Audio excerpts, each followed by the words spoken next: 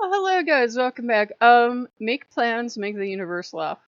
So, I am still waiting on something. Mail hasn't come yet, so I don't know if it's going to come yet or not, and I'm still waiting, and I'm not going to go out today anyways. I'm like, ugh, no.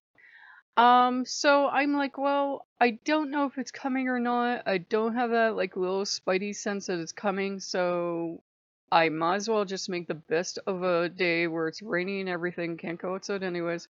So I did my dishes, and I have some clocks in there that have stopped and been stopped for quite some time, and I went in and I fixed those. Um, and I looked at my, stove, and I saw 11:11. I'm like, "Goo, goody!" So I went and I was looking at that article, and talking to some of you guys in the comments section, and I just kind of trying to get the day started because it feels like my day is like still in the garage warming up. And I was thinking of something. After I told you I didn't want Cougar, guess who shows up last night? Cougar's like, "Hi! I heard you don't want me. I'm gonna come see you. I'm gonna purr and give you head bonks and lay on you." Third eye experience. And it was just like, "Oh, you don't want me now. Cougar's gonna come over and be obnoxious." And Wolf was like, whatever. Like, I roll from Wolf because Wolf's like, "You're just here because she doesn't want you now. She thinks wolves are awesome." And Cougar's like, "Yeah, Cougar's here." So Cougar was being a little bit obnoxious, a little bit playful, more like a juvenile cat than a full grown majestic mountain lion, but it was nice. And then Cougar went away because Cougar got bored. We don't really have too much in common, though Cougar will periodically appear from time to time. And it's funny because I think of like all the other animals I'm strongly attracted to and I've worked briefly with, and I try to walk the line between, oh, there's a picture of an elephant, therefore elephants getting in contact with me, and trying to discern, like I said, I have other ways. Like if I can go out and I see something with that animal on it, especially if it's not popular right now, that gives me a good indication. Like with the Lion King having come out again, I wouldn't be surprised to see lions everywhere. Wouldn't be surprised to see like hyenas everywhere. And then also people think, well, lions, hyenas, and then tigers and elephants and everything else starts appearing. That wouldn't surprise me, but I've noticed people have said, foxes and cats are starting to pop up a lot. And I've noticed for like a decade or so, we seem to go through like certain animals and become kind of like not exactly a totem for a country or nation, or planet, but they just seem to pop out everywhere. Like fox has had a really long run lately, but then suddenly you won't see any fox stuff. Owl has been having a resurgence, but then you won't see owl stuff. I think we're like trying to get back in contact with nature partially, and fox is safe, owl is safe, cats are safe. Cats are kind of wild. Cats, they'll live with you, but then they'll go out and do wild cat stuff and come back in and be very happy and mysterious. But we don't seem to be, because I love wolves. We don't seem to be moving out of the 1980s as far as wolf is concerned. Wolf is not getting quite as it's hard to explain, but if you love wolves, you know what I mean. There's a lot of wolf stuff, but it hasn't changed since probably like the 70s or 60s. Older people are probably going, yeah, it's like the wolf throw, the wolf blanket, the wolf pillow, the wolf lamp, the wolf this, the wolf. It's always the same exact items for wolf. Wolf has trouble branching out into something. I don't know. Like wolf is usually in your private areas. Have you noticed? Like the bathroom and the bedroom. Like there's a lot of stuff for it. But, unless you have buco dineros, it's kind of hard to find, like, say, wolf statue that doesn't cost quite a bit, or, wolf whatever. So it's kind of one of those things I've been pondering because I saw 11:11 and it talks about working on your mental imagery. So I went in, I'm like, okay, let's have a pleasant imagery. And I'm like thinking of going to this place to meet Wolf. And I'm thinking of going there and photographing this beautiful wolf and having this spiritual experience. And you have to tell your brain to hush if your brain or your ego starts to say, "Oh, you're just doing this to feel good." Yeah, you are. That's the point. Um And I'm thinking of making this spiritual connection with the wolf. And for some reason, I did not plan this. I ended up at this like southwestern outpost, and this guy has like wolf sanctuary or something. Only he's like First Nations, and I know he's not a human, but I'm not sure who or what he is. And as I'm experiencing this, coyote comes running, and I'm like, well, there's your brother. I know you're a wolf.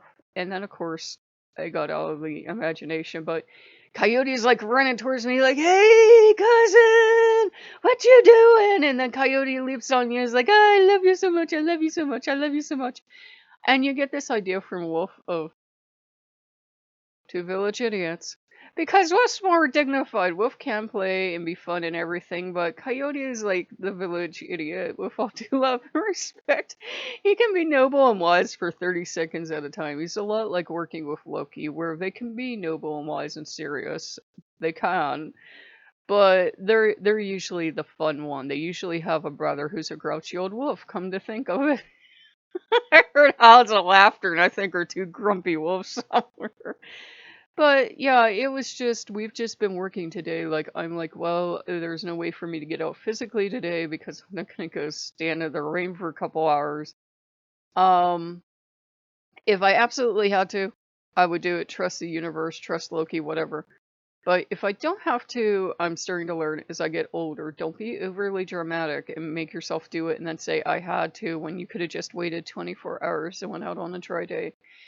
It kind of feels like the universe is like, you're going to have to go do this thing in person. I know you don't want to, but if you go out and you do this thing, and I'm like, well, I'll just have to wait and see. I'm like, the universe can't be sending me tchotchkes because, we just got the house clean and we don't have room for tchotchkes. I noticed as Odin had me make the wolf and the raven thing, it took up any room on his altar, so there's no room for any tchotchkes. So even if I would go out and I would see like 100 wolf statues, let's admit it, I would get 100 wolf statues and they would be all over the place.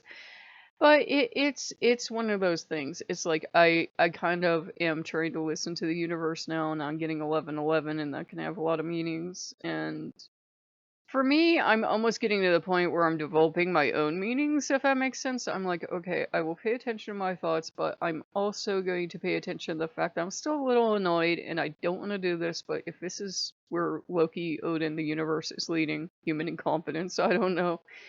I'm gonna have to go do it. And I'm not going to like doing it, but I'm like, I'll make a good day out of it. I will go get this thing done, but there's also a place that serves a fantastic burger. I will have the burger. And there are a couple cute little shops I can look around in. I will look around the cute little shops, and, I won't go with the intention of find a wolf, do this. I will just go out with the intention of, well, you have to get this done and get it done. It might be the universe saying, you really would love to go out on a beautiful fall day, take your camera with you, go have a burger or something. You will always put it off, so I'm gonna make you go out. So I don't know, but we'll find out. So I know that was kind of rambly, and it was about Wolf and Coyote and Cougar, and there wasn't too much Loki in there, but he's kind of, now that we've passed the trail period again, it will come up every time I backslide. It will come up. He's okay. And he's actually thrilled because I really scrubbed down his altar space in there. I turned the tub into an altar, kind of a temple, because it's worn and it's old, and I was like, I could paint this, but I'm gonna paint a mural on it. And it looks like I painted it, so it looks like I let an 8-year-old loose in there with crayons. So giggles back here. I can't paint, I lack perspective. And as we scrubbed it really clean with these scrubbing bubbles, and this was like a luxury purchase for us because I hate buying anything I actually need. Some of the paint came out, and we scrubbed it a couple times because we were scrubbing it down and good, and we've always kept it clean, but this was the, first time in a while we had this stuff. And a lot of the stuff disappeared, and there would be like a faint trace of the paint. Well, two foxes mysteriously turned into wolves that don't look anything like wolves unless you use your imagination. And I had made this beautiful frontispiece for the tub because, again, it's worn and it's old.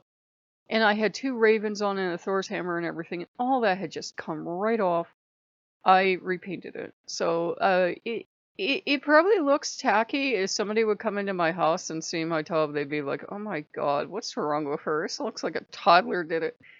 They seem to like it. I seem to like it. That's all that matters. There are finishing touches to the paint I want to do, but I want to wait until the damn rain goes away, which it's not going to because it's fall. But I do, want to move forward with that. So I know I just have to wait. The rain will go eventually. And, I'm having like a couple issues that I have. It seems like every fall I get them, and every fall I'm determined I won't. But those will go away too. So, like, within a couple weeks. So I hope you like what you see. And if you like what you see, like, comment, subscribe, and I will see you guys later. Bye bye.